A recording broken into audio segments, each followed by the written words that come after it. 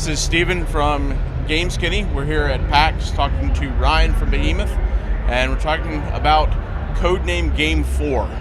So, give us the overview. Well, it's, like I said before, it's a fast-paced, turn-based co-op adventure game is kind of how we're looking at it. And you could call it a strategy game, but it's a strategy game from our interpretation. And we kind of look at the different elements and build it from the ground up. So, there's a story, there's questing, there's team customization, you can recruit new units, you can just go out and wander and kind of do whatever you want. And it's co-op, 4-player, 2v2 versus. But I think somebody was saying before, you guys like co-op games, so we love co-op games too. And that's definitely a big part of it. We want you to sit down on the couch with your buddy and be able to play with them, or get 4 of your friends together and beat them up. So what is it? It's 1 to 4 players? Yeah. Not 4 players in the story, but 4-player battler. In arena, like 2v2, arena. yeah. So there's certainly some RPG elements here, Sure. more than we've seen in other games, but at the same time, not an RPG. Yeah. So there's a hex map. Mm-hmm. There's you're moving your characters around. They have some autonomy. Mm-hmm. Was this just a genre you wanted to explore and explode your own way, or what? What was the genesis here? We like to, when we do a new game, we like to try a new genre and kind of do our interpretation of that. And we all like strategy games, and we wanted to give it a shot and see what happened. So we learned from Battle Block Theater and Castle Crashers that we like customization. We like being able to get stuff and trade it with your buddies and really have that feeling of, okay, this is my crew. They're geared out really well, but I want to trade for this helmet with my buddy. So having that aspect in there. So you're gonna be able to trade gear. There some so there's some level of gear randomization and uniqueness and rarity? Yeah. Okay. Yeah. And you can trade gear. You can there will be a market. You can buy gear. You can sell your gear that you don't want. Okay. So that market's going to be multiplayer. I mean, or with only the people there that you're playing with. I'm not sure about the market, but you'll be able to play online with your friends and run through everything together. Okay. Cool. So, I see quests. That's a new concept for you all, I think, because as well as this level of exploration and a map. Sure. So, can you give me some idea of what's going to be happening there? There's a overarching story, and you got a chance to see the beginnings of it. With Horatio, the blueberry farmer, Pipistrella, the helmet-hating princess, Sophia, the recruitador, and Yosef, the magical half-cyclops, and all these characters, these are the main characters that build into the main story. But in addition to that, we want you to have a world that you are excited about going out to explore, and part of that is questing.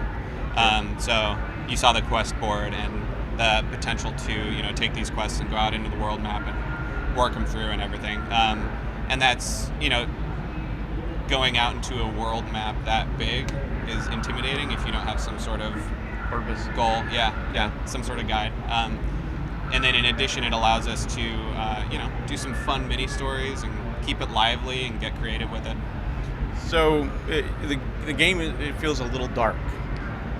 It's tempered by y'all's normal humor and stuff. Was that an intentional sort of thing with this game? I don't think we set out and we're like, we want to make a darker game. Yeah.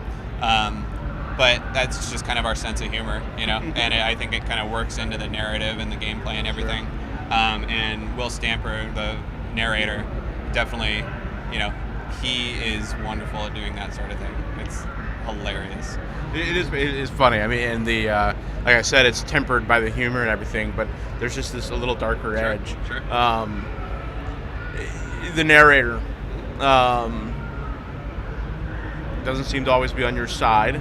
Yeah. Maybe it's a spoiler, but is he the bad guy? I can't get into it. Okay. Yeah, I mean, past what you saw in the intro setup, we're having a lot of fun with him. Okay. I'll say that much. So, getting back to the name, so Codename Game 4. Have you guys done that with all your previous games? Have you put them, out to shows and such with a code name and then give them the name later? I don't believe we've had a code name. I mean, it's not necessarily a code name. It's more working title. Yeah. But it's kind of, we're approaching it like you might a song. You don't really name it until it's complete, or at least closer to completion. So we're saving it for later, I guess. On the development side of our company, we name everything after fantasy princesses. Oh, yeah. So Game Skinny was actually codenamed Buttercup from Princess Bride. Oh, yeah. Yeah, so, I actually don't typically play strategy games. Sure. I see a hexadecimal in a modern game, and I sort of shy away. Sure. This is a little faster. The autonomy seems like they're kind of doing their own thing anyway, as long as I put them in roughly the same position with some of their skills. Well, it's a game of positioning. Yeah. Is how we kind of approach it as well. So how are you working to make that more approachable? Make that person who goes, strategy game.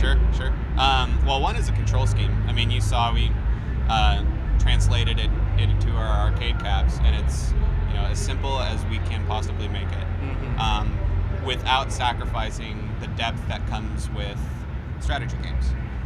So when I say a game of positioning, I really mean that, because positioning allows your players, your units to do things in certain ways. And so, for instance, the shield that Horatio has, the closer he is to the archers, the more likely the archers are to attack him. So the more effective his shield is. Or Pipistrella, she does bonus damage against helmets, but no bonus damage against no helmets. So you want to use her and her mace to take out people with helmets and armor. But when you have two enemy units right next to each other, if you put your unit in between, there's a 50-50 chance basically that she'll attack one or the other. So then you want to make sure you single out one or and target one. And then with Yosef, he has throwing axes, and he's more effective from one hex away. So, and when he throws his axes, he'll stun. So everything's about how you position your units and what effect that has on their abilities. Well, thanks for taking some time with us, and we're looking forward to the game getting a name. Good, yeah. And we are too. enjoy the rest of PAX. Thanks, you too. Thanks. It's good talking to you. Good talking to you.